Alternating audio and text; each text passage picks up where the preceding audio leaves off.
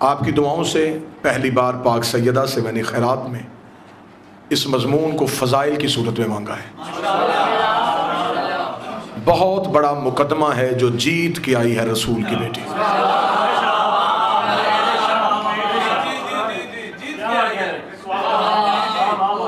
12 آئمہ کی محنت ایک طرف اور اس پاک بی بی کا 4 گھنٹے کا یہ مقدمہ ایک طرف۔ اس کی میں سب سے روشن دلیل دوں گا کہ آج بھی کسی نئے شیعہ ہوئے بندے سے آپ پوچھیں کہ تو کیوں شیعہ ہوا ہے، وہ خیبر سن کے شیعہ نہیں ہوتا، وہ ایک ہی جواب دے گا، مجھے شیعہ کر گیا ہے بی بی کا حق۔ اکثر ہماری نوجوان نسلوں کو جس چیز سے اس منبر کو غربت کا شکار کیا گیا، ہماری نسلوں کو یہ نہ پتہ چل سکا، نوجوان نسل کو، ہمارے بچوں کو، ہمارے مستقبل کو، یہ فتق تھا کیا۔ ہمیں اکثر یہ پڑھایا گیا، یہ سنا گیا یہ ایک کھجوروں کا باغ تھا۔ اب میں نے مضمون سے معذرت بھی کی تھی، بانیان سے، سردار صاحب سے بھی میں نے معذرت کی تھی مضمون کی طوالت کے پیش نظر، اور دوسری بات یہ کہ اس مضمون میں مجھے آپ سے داد یا نعرے کی توقع نہیں۔ میں ممبر پہ بیٹھ کے مسلسل اسی کشمکش کا شکار رہا کہ مجھے یہ مضمون پڑھنا ہے یا میں وہی مضمون پڑھوں جو عام طور پہ ممبر پہ پڑھا جاتا ہے، جس سے عوام سے نعرے بھی وصول ہوں، داد بھی وصول ہو۔ لیکن میں اس ممبر کی عزت کی قسم کھا کے کہتا ہوں کہ میں نے ممبر پہ بیٹھ کے یہ فیصلہ کیا ہے، مجمع راضی ہو نہ ہو، بطول راضی ہونی چاہیے۔ لہٰذا میں سادات سے اور بزرگوں سے دعا لے کے اس مضمون کی ابتدا کر رہا ہوں۔ میری انتہائی خوش قسمتی کہ میں ایک انتہائی پڑھے لکھے مجمع کے سامنے اس مضمون کو پڑھ رہا ہوں۔ سب سے پہلے اسے فدق بھی کہا جاتا ہے اور اسے فتق بھی کہا جاتا ہے۔ آپ عربی گرامر کی روح سے پڑھیں گے تو اسے فتق پڑھیں گے، اردو کے اعتبار سے پڑھیں گے تو اسے فتق پڑھیں گے۔ یہ تھا کیا، اس کی مالیت کتنی تھی اور یہ آیا کہاں سے تھا، تھوڑا میں آپ کو بیک گراؤنڈ بتاؤں گا۔ یہ ہے تمہید، اس سے آگے میں بی بی کا مقدمہ پڑھوں گا، اور بالکل میں بی بی کے مقدمے پہ ایسے ہی بحث کروں گا جیسے کہ حلالی وکیل اپنے مقدمے پہ بحث کرتا۔ اگر مجمع میں 2، 4، 6 اہل سنت بھائی ہوں یا اس ویڈیو کیمرے اور اس سی ڈی کی وجہ سے یہ میری بات کہیں تک پہنچے، تو میں اپیل کروں گا کہ اسے ایک لمحے کے لیے بحیثیت مسلمان اس گفتگو کو سنیے گا ضرور اور سمجھیے گا کہ اس میں حقیقت کیا ہے۔ یہ ایک کھجوروں کا باغ نہیں، اس کے اندر 40 کھجوروں کے باغ تھے، اس کے اندر چشمے تھے، یہ خیبر کے یہودیوں کی ملکیت تھا۔ 40 لاکھ دینار سالانہ آمدنی تھی اس کی۔ یہ ایک باغ نہیں تھا، یہ ایک جگیر تھی، ایک پراپرٹی تھی، ایک جگیر تھی۔ یہ خیبر کے یہودیوں کی ذاتی ملکیت تھی۔ جب رسول نے مولا علی کے وسیلے سے خیبر کو فتح کیا اور قلعہ کموس پہ اسلام کے پرچم کو سر بلند کر دیا گیا، تو خیبر کے یہودیوں کو اپنی شکست اور اپنی ہار کا ان کے دل میں بڑا صدمہ تھا۔ جب بھی واقعہ جنگ خیبر کے بعد یہاں سے مسلمانوں کے قافلے تجارت کی غرض سے گزرتے تو یہ خیبر کے یہودی اپنی اپنی آبادیوں سے نکل کے اس رستے پہ آتے، ان قافلے میں سے چنے ہوئے مسلمانوں کو باہر نکالتے، یا ان کا مال لوٹ لیتے یا انہیں قتل کر دیتے۔ خبر بار بار مدینہ رسالت مآب کو پہنچتی گئی کہ خیبر کے یہودی خیبر کی جنگ کی شکست کا بدلہ لینے کے لیے وہاں سے گزرتے ہوئے مسلمانوں کو تنگ کر رہے ہیں۔ رسالت مآب نے جب بہت زیادہ واقعات ہو گئے تو رسالت مآب نے دوسری بار خیبر میں پھر علی کو بھیجا۔ اب جب مولا علی آئے تو بحیثیت مجاہد نہیں، بحیثیت مبلغ آئے۔ مولا علی نے خیبر میں پہنچتے ہی یہودیوں کے عمائدین کو، ان کے قبیلوں کے سردار کو، ان کے علماء کو اکٹھا کیا۔ اکٹھا کر کے مولا علی نے خطبہ دیا جو آج بھی تاریخ کے اوراق پہ ہے۔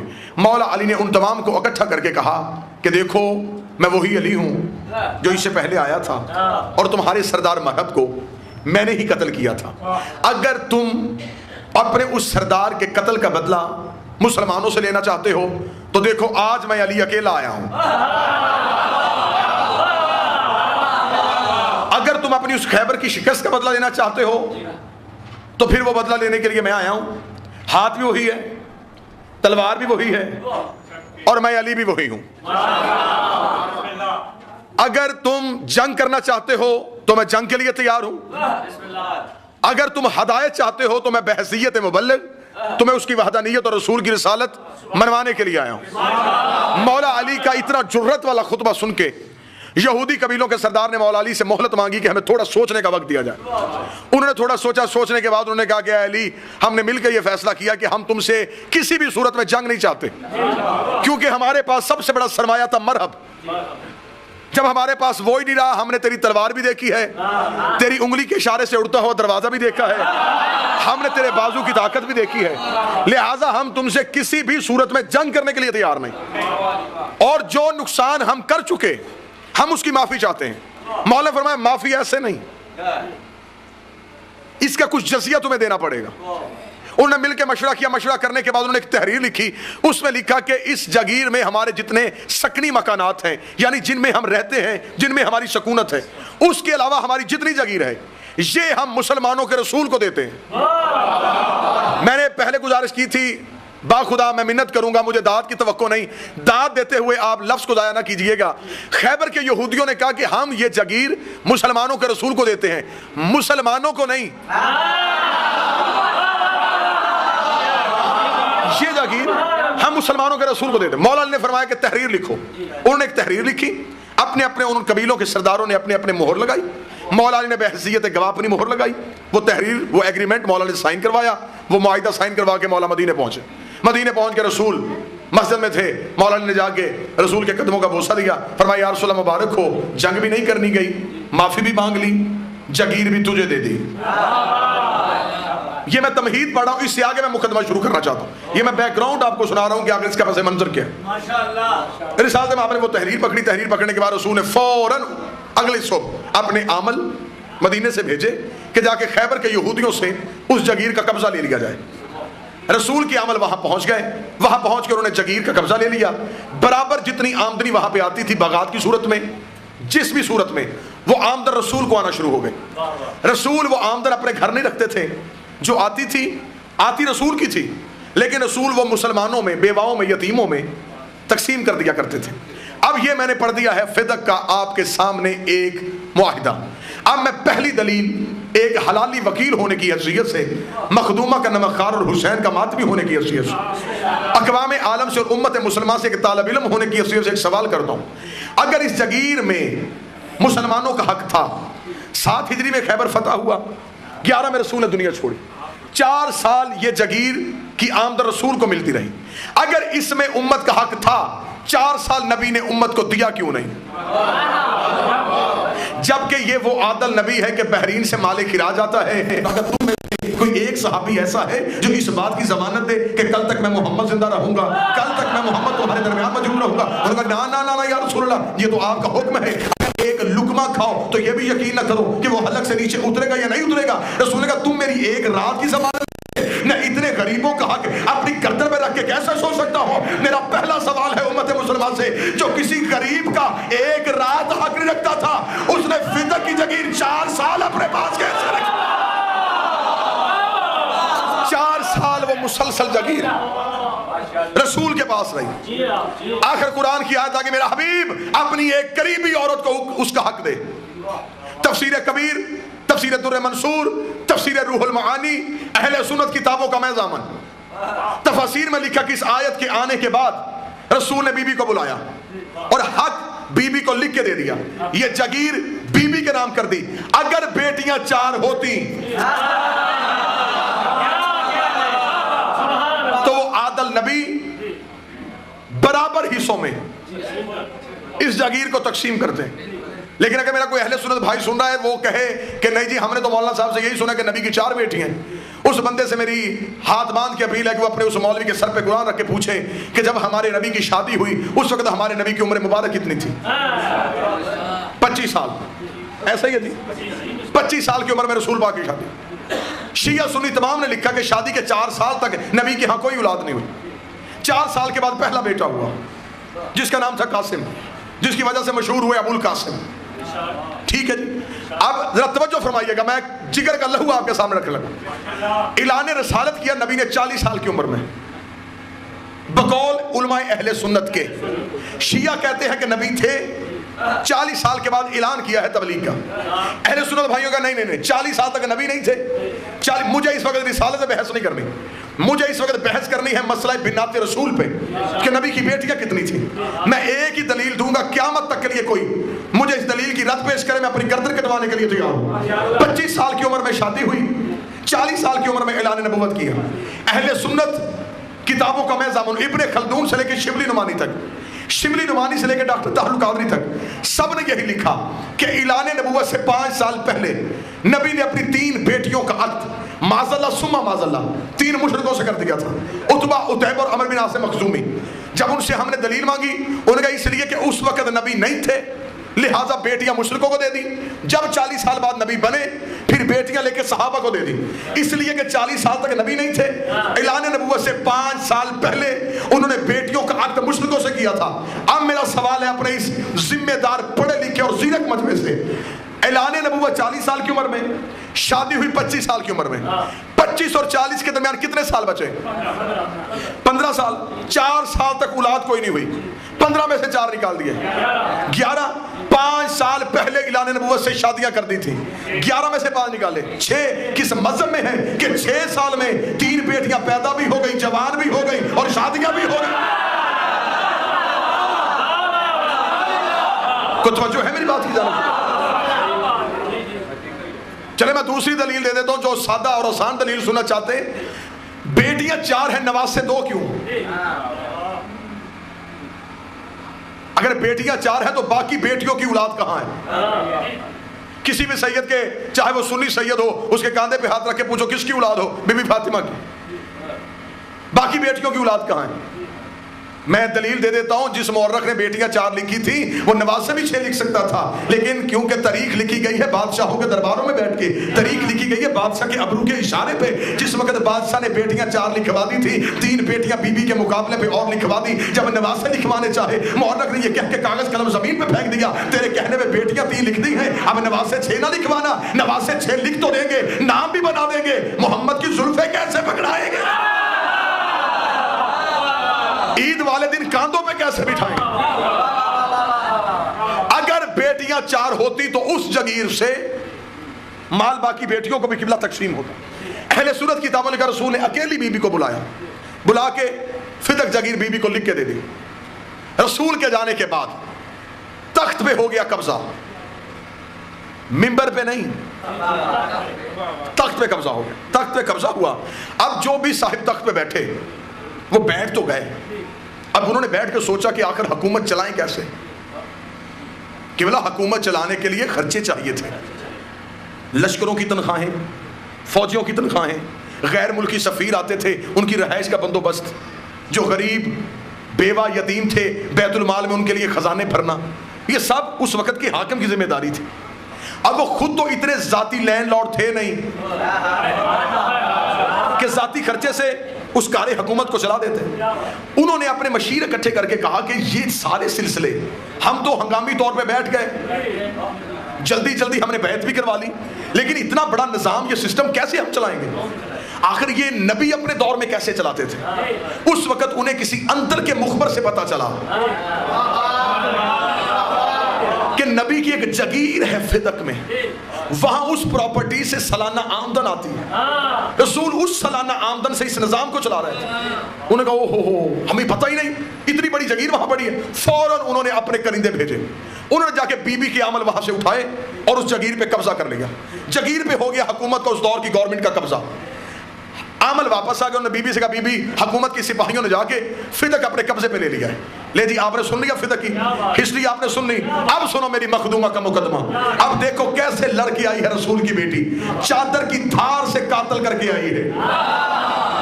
جب بی بی کو آ کے اطلاع پہنچی، بی بی نے اس دن دربار میں جانے کی تیاری.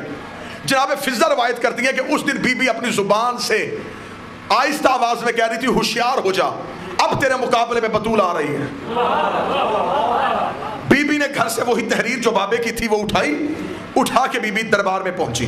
اب میں پہلے کہوں گا کہ میں موضوع پڑھنے لگا ہوں فضائل کی صورت میں. بی بی جب دربار میں پہنچی، دربار میں جانے کے تھے 2 رستے. ایک رستہ قبلہ وہ تھا جو بی بی کے گھر سے حجرے سے مسجد میں جاتا تھا، جو رسول نے اپنے دور میں سب کے بند کروا دیے تھے، لیکن مولا علی کا دروازہ کھلا تھا. ایک وہ رستہ بھی تھا مسجد کے صحن میں داخل ہونے کا. ایک رستہ تھا جو باہر بازار سے ہو کے مرکزی دروازے سے داخل ہونا تھا. میں نے اپنی پوری تحقیق ریسرچ کی, علماء کے قدموں میں بیٹھا.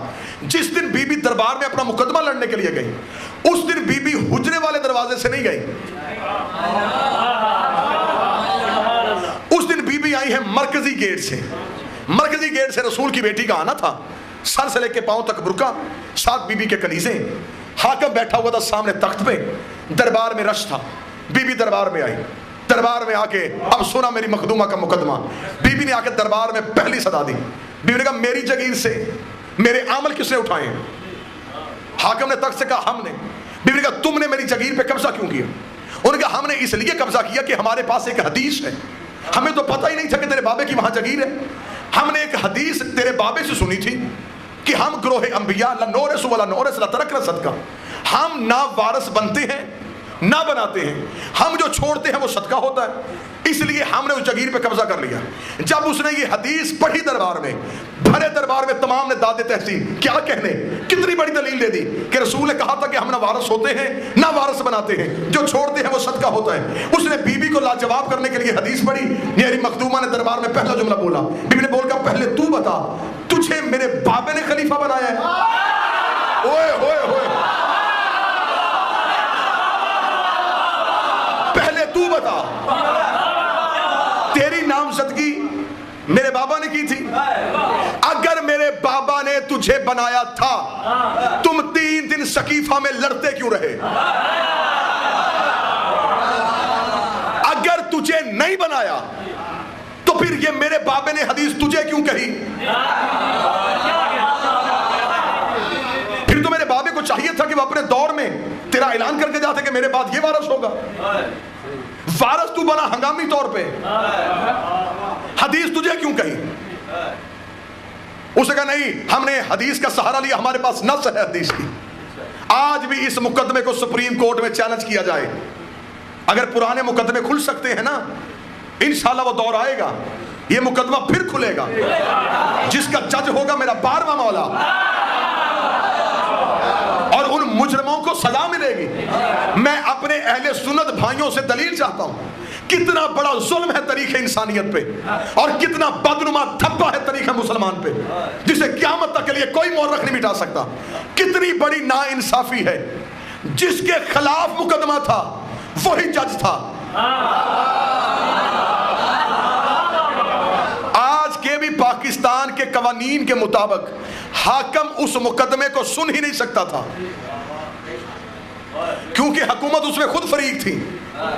میں مثال دے دیتا ہوں, چیف جسٹس افتخار چودھری کے بیٹے کا مقدمہ اس کی عدالت میں آ گیا, اس نے بینچ چھوڑ دیا. کتنا بڑا ظلم ہے تاریخ مسلمان پہ, جن کے خلاف مقدمہ تھا, جو مقدمے میں فریق وہی اس مقدمے کا جج.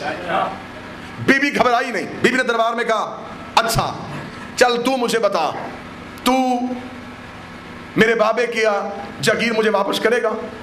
اس نے کہا میں نہیں کر سکتا, تیرے پاس کوئی ثبوت؟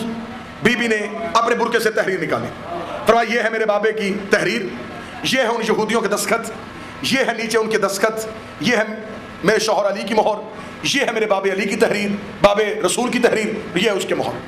حاکم نے تحریر پڑھی, سنیے گا مصائب نہیں فضائل. حاکم نے تحریر پڑھنے کے بعد کہا بطول اس تحریر پہ کوئی گواہ. لو جی دوسری غلطی کر گیا حاکم, دوسری پھر غلطی کر گیا. قرآن کے اعتبار سے معصوم سے گواہ مانگنے کی اجازت ہی نہیں. با اعتبار قرآن معصوم سے گواہ نہیں مانگا جا سکتا. میں اس کا ایک دلیل قرآن سے دیتا ہوں, ایک حدیث سے دیتا ہوں. پہلی دلیل, مریم کی قوم نے کہا بچہ کہاں سے آیا؟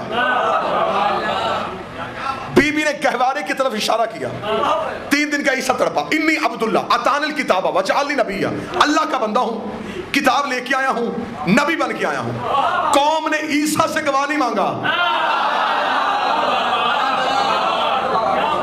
میں دوسری, کئی 100 دلائل کے انبار ہیں میرے سینے پہ, لیکن میں دوسری آسان دلیل, کتاب کا نام حیات الحیوان, لکھی آقا دمیری نے, چھپی جامع الازہر مصر سے. مدینے میں ایک شخص گھوڑا بیچنے کے لیے آ گیا, اور گھوڑا عرب میں ہر انسان کی کمزوری تھی. رسالت مآب نے اس شخص سے وہ گھوڑا خریدا. رسول نے پوچھا کتنے کا دے گا؟ سودا طے پا گیا. رسالت مآب نے کہا جتنے دینار میں تیرا میرے ساتھ سودا ہوا ہے وہ دینار اس وقت میرے پاس نہیں, میرے ہیں حجرے میں پڑے. وہ دینار اس وقت جو میرے حجرے میں پڑے وہ تیری ملکیت, یہ گھوڑا میری ملکیت. میں دینار لے کے آتا ہوں تیرے حوالے کر کے, تجھ سے یہ گھوڑا لے جاتا ہوں. رسول حجرے میں دینار لینے گئے. گھوڑے کی ضرورت نہیں تھی نبی کو, ایک سبق, ایک لیسن آنا تھا. رسول حجرے میں پہنچے, یا چند بندے بازار سے گزرے, وہ گھوڑا لے کے کھڑا تھا. انہوں نے کہا بھی بیچنے کے لیے آیا؟ اس نے کہا بیچنا تو تھا, بڑا اچھا نسل کا گھوڑا تھا لیکن اب بک گیا. انہوں نے سرسری طور پہ گزرتے ہوئے پوچھا کس نے خریدا ہے؟ انہوں نے کہا تمہارے رسول نے. رسول کا نام آنا تھا, بندے واپس آئے. انہوں نے کہا ضرور اس گھوڑے میں کوئی صفت ہے, کوئی خاصیت ہے. اگر یہ عیب دار ہوتا وہ بے عیب اسے کبھی نہ خریدتا. اس نے جو اسے خریدا, انہوں نے کہا کتنے میں سودا ہوا؟ اس نے کہا اتنے دینار میں. تو پھر دیا کیوں نہیں؟ وہ دینار لینے کے لیے گئے تو جب وہ واپس آئیں گے میں دے دوں گا. ان میں سے ایک شخص نے بول کہا اگر ہم زیادہ دیں. اب وہ تو تاجر تھا نہ, وہ نبی کا کلمہ پڑھتا تھا. اس نے گھوڑا ان کے حوالے کیا, دینار لے لیے. رسول واپس آ گئے. یہ دینار گن رہا تھا. بات ذہن میں رکھنا, معصوم سے گواہ نہیں مانگا جاتا. یہ دینار گن رہا تھا. رسول نے آگے کہا اسود میرا گھوڑا کہاں ہے؟ اس نے کہا کون سا گھوڑا؟ رسول کا جو میں نے تم سے خریدا تھا. اس نے کہا میں نے تو تمہیں کوئی گھوڑا بیچا ہی نہیں. اس حالت میں آپ نے کہا بھی تھوڑی دیر پہلے اتنے دینار میں تیرا میرا سودا طے نہیں پایا. اس نے کہا کوئی گواہ ہے؟ بات سنیے, کوئی گواہ ہے؟ اتنا کہنا تھا. یا مسجد سے ایک حبشی غلام نکلا جو مؤذن رسول تھا. اس نے آگے دیکھا, اس نے کہا میرے ماں باپ قربان آپ یہاں کیوں کھڑے ہیں؟ فرمایا بلال اس کے ساتھ میرا سودا طے ہوا ہے, میں دینار لینے کے لیے, اس نے گھوڑا کسی کے ہاتھ بھیج دیا. بلال نے اس کی طرف چہرہ کیا, گھوڑا میرے نبی کو کیوں نہیں دیا؟ اس نے کہا تیرے نبی کے پاس کوئی گواہی نہیں. بلال نے کہا میں گواہی دیتا ہوں, گھوڑا میرے نبی نے خریدا. اتنا کہنا تھا. اسود نے دیکھ کے کہا اے نبی سن, میں نے تیرا کلمہ نہیں پڑھا لیکن میں اپنے ملک میں تیری عدالت کے قصے سنے ہیں کہ تو صادق بھی ہے, تو امین بھی ہے, تو بولتا ہے سچ کرتا ہے, فیصلہ تیرا حقیقت پہ ہوتا ہے. میں نے کلمہ تیرا نہیں پڑھا, پہلی بار تیرا میرا آمنا سامنا ہوا ہے. مجھے بول کے بتا جب تیرا اور میرا سودا ہوا یہ تیرا غلام تھا نہیں, اس نے گواہی کیسے دے دی؟ نبی کا چہرہ بلال کی طرف ہوا. فرمایا بلال جب تو تھا ہی نہیں تو نے گواہی کیسے دی؟ بلال نے نبی کے قدموں پہ سجدہ کر کے کہا تو نے کہا اللہ ہے, میں نے دیکھا تھا. تو نے کہا جنت ہے, میں نے دیکھی. تو نے کہا ایک ملک الموت ہے, میں نے دیکھا. تیرے کہنے پہ نہ دیکھا اللہ مان لیا. تو یہ بھی تو کہہ رہا ہے. قرآن کی نص ہے, آیا تطہیر کی گواہی ہے. معصوم سے گواہ نہیں مانگا جا سکتا. حاکم کر گیا غلطی, اس نے مانگ لیا گواہ. کیا کہنے میری مخدومہ تیری عزت کے. بی بی نے بھی گواہ پیش کیے. بی بی نے کہا گواہی لے. پہلا میرا شوہر علی میرا گواہ, میرا بڑا بیٹا حسن, میرا چھوٹا بیٹا حسین, اور میری کنیز ام ایمن, یہ میرے گواہ ہیں. گواہیاں دربار میں پیش ہو گئے. یہ گواہ ہے جی.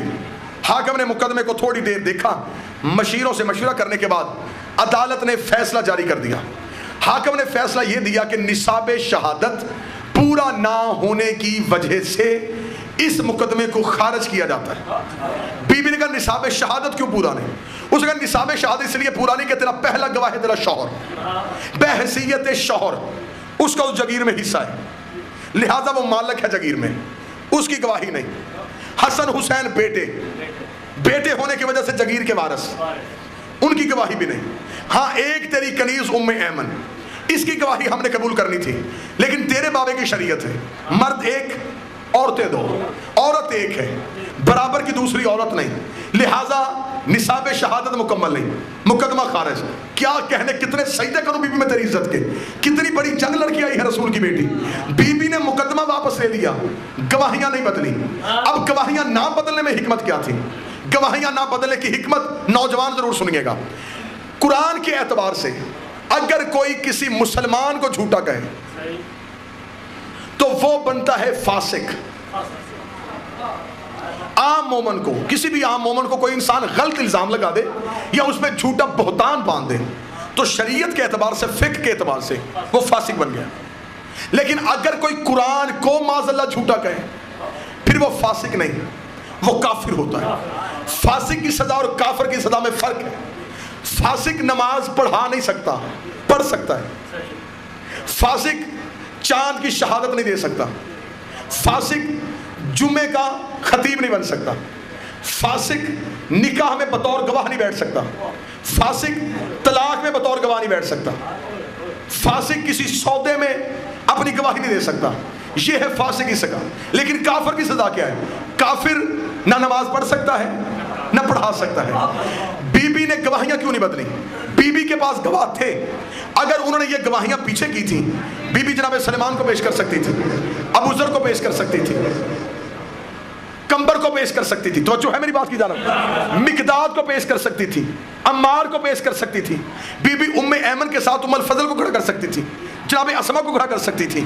بی بی نے مقدمہ واپس لے لیا. گواہیاں کیوں نہیں بدلی؟ گواہیاں اس لیے نہیں بدلی، اگر بی بی سلمان بوزر یا کمبر کو پیش کرتی پھر وہ ان کی گواہی نہ مانتا، پھر شریعت کے اعتبار سے وہ فاسق بنتا. بی بی نے کہا میں نے علی پیش کیا ہے، علی قرآن ہے. میں نے حسن پیش کیا ہے، حسن قرآن ہے. میں نے حسین پیش کیا ہے، حسین قرآن ہے. بی بی نے کہا سن، میں تجھے فاسق نہیں کرنے آئی، میں تجھے کافر کرنے آئی.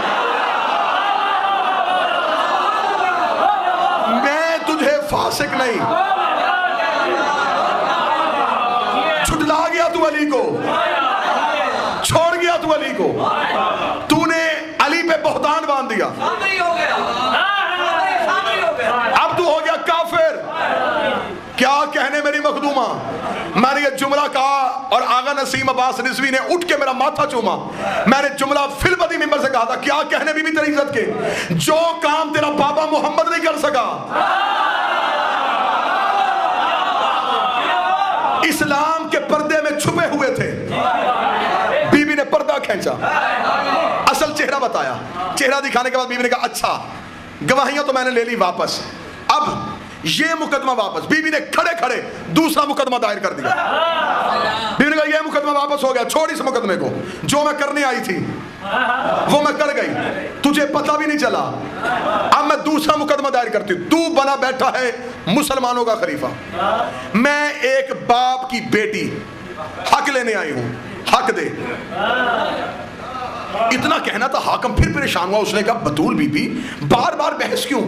میں نے آپ کے سامنے حدیث پڑھی ہے کہ تیرے بابے کی حدیث ہے، ہم گروہی انبیاء نہ وارث بندے نہ وارث بناتے ہیں، جو چھوڑتے ہیں وہ صدقہ ہوتا ہے. بی بی دربار میں چند قدم آگے بڑھی، آگے بڑھ کے پردے میں قرآن کی آیت کبریٰ بولی. بی بی نے بول کے اچھا تو نے حدیث پڑھی ہے، اگر تو کہے میں آیت پڑھوں. ہائے ہائے ہائے. بی بی نے کہا تو نے حدیث پڑھی ہے، چل تو نے حدیث پڑھی میں آیت پڑھ دوں. بی بی نے کہا بسم اللہ الرحمن الرحیم وَلَكُلْ جَعَلْنَا مَوَالِيَ تَرَكَ الْوَالِدَيْنِ وَالْأَقْرَبُونَ. کیا قرآن میں نہیں ہے جو کچھ ماں باپ چھوڑ کے جائے اس میں اولاد کا حصہ ہوتا ہے؟ اس نے پھر وہی حدیث پڑھ کر میرے پاس حدیث ہے. بی بی نے کہا میں دوسری آیت پڑھ دیتی ہوں وَلِلرِّجَالِ نَصِيبٌ مِّمَّا تَرَكَ الْوَالِدَيْنِ وَالْأَقْرَبُونَ. جو کچھ ماں باپ چھوڑ کے جائے اس میں مرد کا حصہ ہوتا ہے. اس نے کہا میرے پاس حدیث ہے. بی بی نے کہا میں تیسری آیت پڑھ دیتی ہوں وَلِلنِّسَاءِ نَصِيبٌ مِّمَّا تَرَكَ الْوَالِدَيْنِ وَالْأَقْرَبُونَ. جو کچھ ماں باپ چھوڑ کے جائے اس میں بیٹی کا حصہ ہوتا ہے. اس نے کہا میرے پاس حدیث ہے. بی بی نے کہا میں چوتھی آیت پڑھ دیتی ہوں قُلْ لَا أَسْأَلُكُمْ عَلَيْهِ أَجْرًا إِلَّا الْمَوَدَّةَ فِي الْقُرْبَى. اگر میرا بابا اجر مانگ سکتا ہے میں اپنے بابے کا حق کیوں نہیں مانگ سکتی؟ اس نے کہا میرے پاس حدیث ہے. بی بی نے کہا میں پانچویں آیت پڑھ دیتی ہوں وَوَرَثَ سُلَيْمَانَ دَاوُودَ.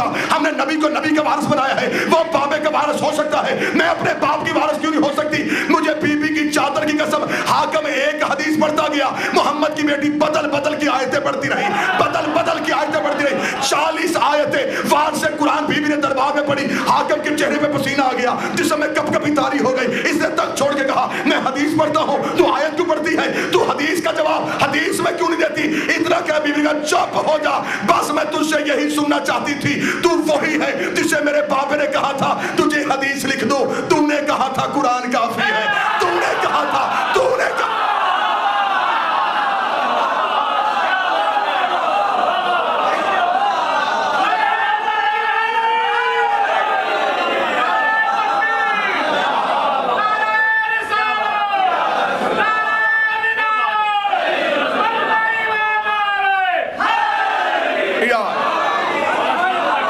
جی بسم اللہ.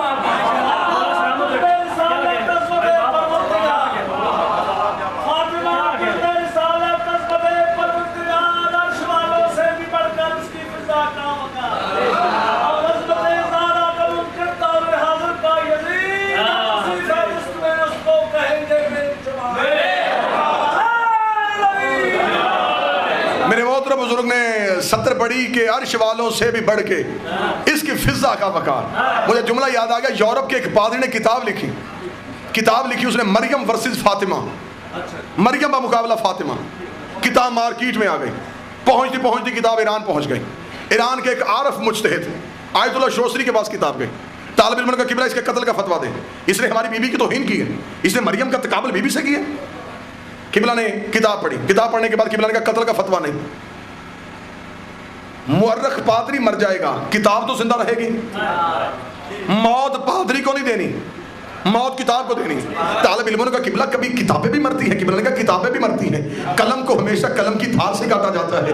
قبلہ نے اپنا کمرہ بند کیا, مصلی عبادت بھی شاید توڑ کر نماز بیوی کو ہدیہ کیا, ہدیہ کر کے کہا محمد کی بیٹی میں تیرے مقدمے پہ گواہ بننے لگا ہوں, بیوی مجھے لفظوں کی خیرات عطا کر. اب میں اگلا جملہ کہوں گا اور اٹک والوں کے میں چہرے پڑھوں گا. کتنے بندے ہیں جو مخدومہ کی عزت پہ, جن کے چہروں پہ ولایت علی کی مسکراہٹ آئے گی. رضب اللہ شوستری نے مصلی پہ بیٹھ کے کتاب لکھی, یورپ کے پادری نے کتاب لکھی تھی, مریم بمقابلہ فاطمہ, مریم بمقابلہ فاطمہ, مریم بمقابلہ فاطمہ. آیت اللہ شوستری نے مصلی میں بیٹھ کے کتاب لکھنی شروع کی اور کتاب کا نام لکھا مریم ورسز فضا, مریم ورسز فضا, مریم ورسز فضا. اس یورپ کے پادری نے قرآن کی 107 آیتوں کی دلیل دی تھی. رجب اللہ پوچھ نے قرآن کی 570 آیتوں کی دلیل دی. میں پہلی دلیل ممبر حسین سے پڑھ دیتا ہوں. رجب اللہ شوستری نے کہا اور پادری تجھے شرم نہیں آتی, تو مریم کا مقابلہ میری مخدومہ سے کرتا ہے کیا تو نے قرآن میں نہیں پڑھا؟ مریم کے مصلی کے آگے رنگ برنگے کھانے آتے, بے موسم پھل آتے, مریم پریشان ہوتی, یہ بے موسم کھل کہاں سے آئے, یہ رنگ برنگے کھانے کہاں سے آئے؟ تو ایک فرشتہ آتا, بیوی دیکھ کے پردہ کرتی, فرشتہ دیکھ بیوی پردہ کیوں کر رہی ہے؟ میں تو اللہ کا بھیجا فرشتہ ہوں جو تجھے رزق دینے آیا ہوں, جو تجھے روٹی کھلانے آیا ہوں, جو تجھے روٹی دینے آیا ہوں. مریم دونوں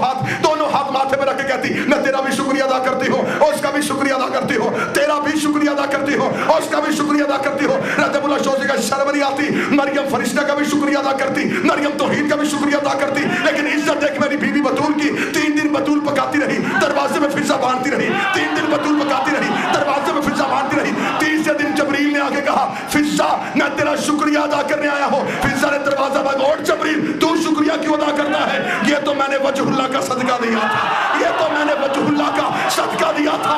ابھی فضا اپنے گھر کے اندر نہیں آئی, یا آواز توحید آئی, اے مخدومہ کی کنیز کہ جبریل کا شکریہ تیرے شایان شان نہیں, میں خدا خود تیرا شکریہ.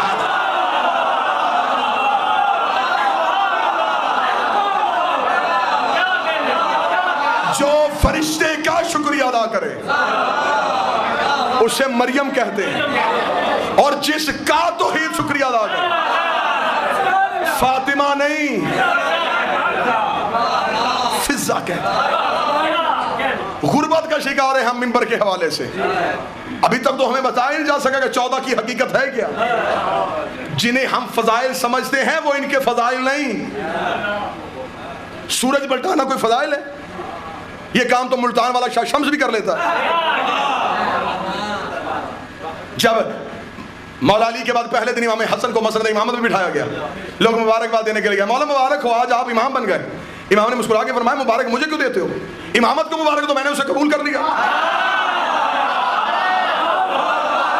ایک بندے نے اٹھ کے کھڑے ہو کے کہا مولا میں آپ کے باپ علی کی شان میں قصیدہ لکھیا. فرمایا سنا مجھے. اسے کہا تیرے بابے کے فخر لکھیا, تیرا بابا علی وہ ہے جو یوسف الدین ہے, تیرا باپ علی وہ ہے جو قائد قلم جلین ہے, تیرا بابا علی فاتح درین ہے, تیرا بابا علی نقطہ باب بسم اللہ ہے, تیرا بابا علی مولود حرم ہے, تیرا بابا علی بت شکن ہے, تیرا بابا علی انگوٹھی دیتا ہے, آیتیں خریدتا ہے. وہ فضائل کے انبار لگاتا چلا گیا. جب چپ ہو گیا بطور کے بیٹے حسن نے مسکرایا تیرے پورے قصیدے میں میرے باپ علی کا فخر کہاں تھا, میرے باپ علی کا فخر کہاں تھا, میرے باپ علی کا فخر کہاں تھا؟ اس کا مولا جو یاد ہے وہ تو میں نے سنا دیے. مولا حضرت سن ہم آل محمد پہ اپنے باب علی کا اس سے بڑھ کے کوئی فخر نہیں. سب سے بڑا فخر ہمارے لیے یہ ہے ہم اس علی کے بیٹے ہیں جو اس کے دل میں رہتا ہے, جس کا دل ہی نہیں ہے.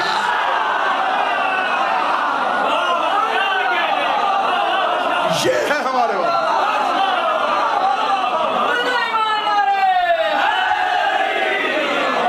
خم غدیر میں نبی نے خطبہ دیتے ہوئے یا علی انت مثل کعبہ, اے علی تیری مثال میری امت میں کعبہ کی ہے. ایک صحابی نے پریشان ہوگا کعبہ یہ ہے وہ کیا ہے؟ اگر یہ کعبہ جس کے چکر کاٹ کے آئے وہ کیا ہے؟ یہ تو بتا کے جا کعبہ یہ ہے کہ وہ ہے. اگر کعبہ یہ ہے طواف اس کے کرواتا رہا, کعبہ یہ ہے چکر اس کے کرواتا رہا. اگر کعبہ یہ ہے طواف اس کا ہونا چاہیے, کعبہ وہ ہے کعبہ یہ ہے, ہمیں فرق بتا. رسول نے مسکرا کے فرمایا بدبخت تیری سمجھ میں نہیں آیا, وہ کعبہ ہے جس میں یہ آیا تھا, یہ وہ کعبہ ہے جس میں وہ آیا. اگر یہ نہ ہوتا, کیا کہنے میرے باس علی کے. جی بسم فرعون نمرود شداد یہ قتل کرتے رہے کہ ہمیں خدا مانو, اور علی قتل کرتا رہا اسے مانو. سونے کی قلم میرے ہاتھ میں ہو اور میں کعبے کی دیوار پہ جملہ لکھ کے ہوں. میرے مولا نے توحید کو مخاطب کر کے کہا گواہ رہنا میں نے اپنا آپ گھٹا گھٹا کے تجھے بڑھایا ہے. یہ جو ہم نے بچوں کے ہاتھ میں دعائے کمیل دی ہے, کچھ مولویوں نے غلط کہہ دیا, یہ تو میرے مولا نے ہمیں بات کرنے کا سلیقہ سکھایا ہے کہ اگر گناہگار بات کرے تو کیسے کرے. قطعاً کوئی بندہ ذہن میں نہ رکھے کہ یہ ایسے لفظ مولا علی بولیں گے. دعائے کمیل بچوں کے ہاتھوں میں بڑھا کے گناہگار کو معافی مانگنے کا طریقہ سکھاؤ. علی کی حیثیت کو کم کرنے کی کوشش نہ کرو. اگر سننا چاہتے ہو علی کیا کہتا, پھر مفاتیح الجنان و باقیات الصالحات شیخ عباس گمی کی ہر شیعہ گھر میں جاؤ, جا کے دعائے نجیبہ پڑھو. مسجد قباء کے محراب میں علی اکیلا بیٹھا ہے اور اللہ سے بات کر رہا ہے, اکیلا علی, اور گفتگو اللہ سے. محراب مسجد میں بیٹھ کے علی اسے دے کے کہہ رہا تھا تو بھی عظیم ہے, میں بھی عظیم ہوں, تو بھی بے مثال ہے, میں بھی بے مثال ہوں, تیرا بھی کوئی ثانی نہیں, میرا بھی کوئی ثانی نہیں, تجھ میں اور مجھ میں فرق ہے, تو نے مجھے بنایا ہے, میں نے تجھے بچایا ہے.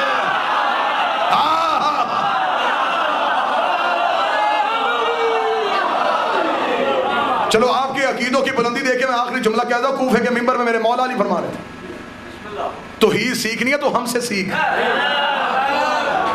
ہم سے بڑا توحید پرست کون ہے؟ ہم نے بت پرستوں سے اللہ نہیں سیکھا,